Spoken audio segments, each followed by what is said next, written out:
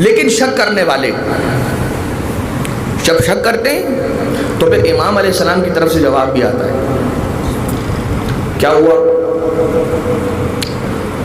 مولا کائنات علیہ السلام کو مدینہ منورہ میں ایک شخص نے دعوت دی، 10 نے دعوت دی، 25 نے دعوت دی، یہاں تک کہ 40 لوگوں نے اپنے اپنے گھر پر مولا کائنات علیہ السلام کو ایک ہی دن ایک ہی وقت میں دعوت دی.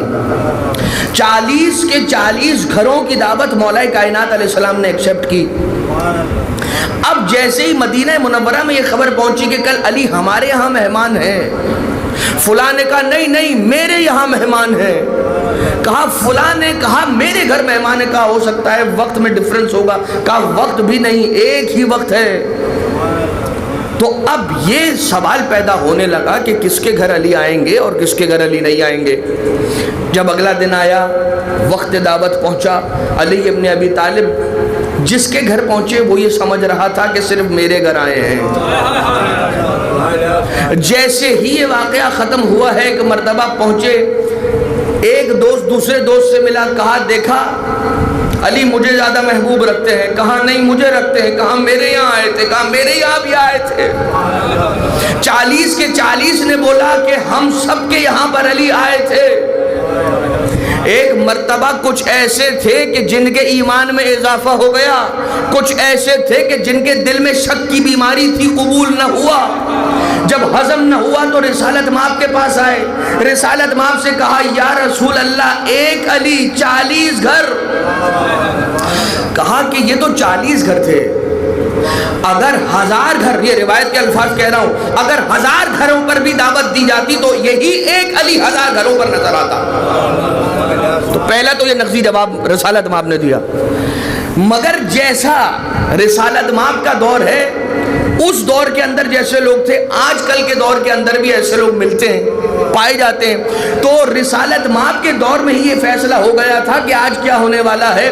جیسے آج کہا جاتا ہے سمجھ نہیں آیا لاجک سے سمجھائیے، ویسے ہی رسالت مآب کو کچھ لوگوں نے کہا یا رسول اللہ سمجھ نہیں آیا، عقل میں نہیں بیٹھی بات. رسالت مآب نے کہا تو کہاں رہتا ہے، تیرا وطن کون سا ہے، کہا یمن. کہا تیرا یمن، تیرا وطن کون سا ہے، کہا شام. کہا تو کہاں رہتا ہے، کہا عراق. تو کہاں رہتا ہے، کہا مکہ.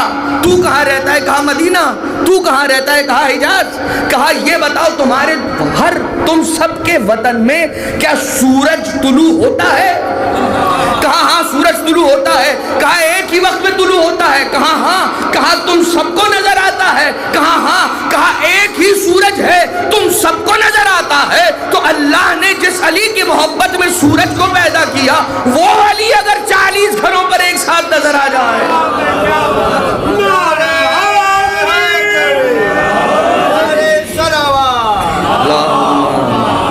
صلی علی محمد. ایک سورج ہے اور 40 سے زیادہ مکانات سے نظر آتا ہے. ایک جملہ کہہ دوں کہ جس کے روزے کے گنبد سے سورج روشنی کی بھیک لیتا ہو، یہ شک کو دور کرنے والی بات. اور بہرحال واقعات شک کو دور کرنے کے اعتبار سے بہت زیادہ ہیں. مسجد کوفہ میں ایک مقام ہے، مقام بیت التشت. اس کی تاریخ میں بیان نہیں کروں گا، آپ جا کر مفاتیح الجنان کے اندر پڑھیے گا. دنیا کی تقریباً ہر پڑھی جانے والی لینگویج کے اندر اس کا ٹرانسلیشن ہو چکا ہے. اس میں لکھا ہوا ہے امام علی علیہ السلام نے ایک مسئلہ تھا جس کو حل کرنے کے لیے مولا نے وہاں پر ایک معجزہ دکھلایا. سید محمود غریفی نے اپنی کتاب مقاصد الزائرین میں بھی اس واقعے کو لکھا، اور یہ لکھا کہ علی ابن ابی طالب نے مسئلے کو حل کرنے کے لیے برف کا ٹکڑا لوگوں سے مانگا. وہاں پر جتنے افراد موجود تھے ان میں سے کسی کے پاس برف کا ٹکڑا نہیں تھا.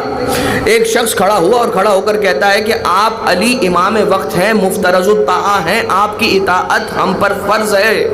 اس کے باوجود بھی کوئی ایک انسان بھی نہیں ہے کہ جو آپ کو برف کا ٹکڑا لا کر دے. مجبوری کی وجہ سے یقیناً موسم کی صورتحال ایسی ہے کہ برف موجود نہیں تھا تو کہاں سے لا کر دیتے. لیکن اس نے کھڑے ہو کر اظہار افسوس کیا، کہا کہ یا علی مجھے افسوس ہو رہا ہے، میں معافی معافی چاہتا ہوں، اگر ہم اور آپ اس وقت میرے وطن شام میں ہوتے تو شام کے پہاڑوں پر سارا سال برف رہتی ہے۔ اتنے میں علی ابن ابی طالب علیہ السلام مسکرائے، مسکراتے ہوئے فصیل شام کی طرف ہاتھ بڑھایا، جب ہاتھ پلٹا ہے تو ہاتھوں پر علی کے برف کا ٹکڑا موجود تھا۔ جیسے ہی لوگوں نے یہ علی ابن ابی طالب کا معجزہ دیکھا، آپس میں چیمی گوئیاں کرنے لگے، یہ کہنے لگے دیکھو میں نہیں کہتا تھا علی جادوگر ہے۔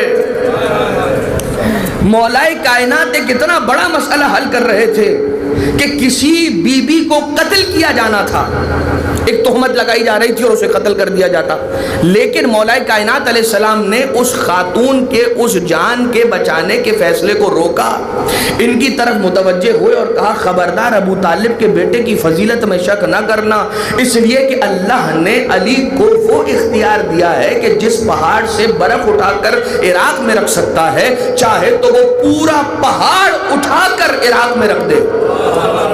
مولا کائنات علیہ السلام نے شک کرنے والوں کو روک کر جواب کیوں دیا؟ اس بی بی کا علاج پہلے کیوں نہ کیا؟ اس کی جان جا رہی تھی۔ مولا کائنات نے کہا ان کا علاج پہلے کرو، اگر اس کا علاج نہ کیا تو جان جائے گی، ان